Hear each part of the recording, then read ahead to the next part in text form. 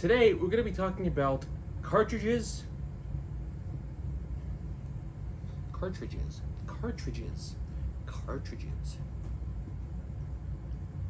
Boats. So first we've got, and I'm going to be holding things up for the camera, but don't worry, I'm also going to be including, close-up shots and photographs. It's not going to be just, can you see this little? No, yeah.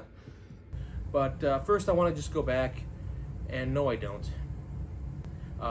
As a matter of fact, I have right here 4 different kinds of Springfield ammunition, and they're all exactly the same and yet not.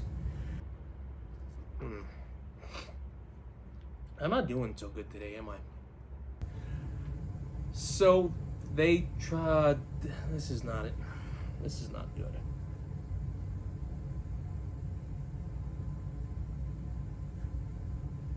I don't know what I'm doing. Do you know what I'm doing? Because I sure as hell don't.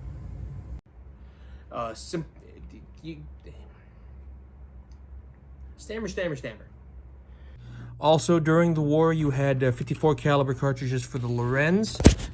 Jesus. I'm really not doing well, am I?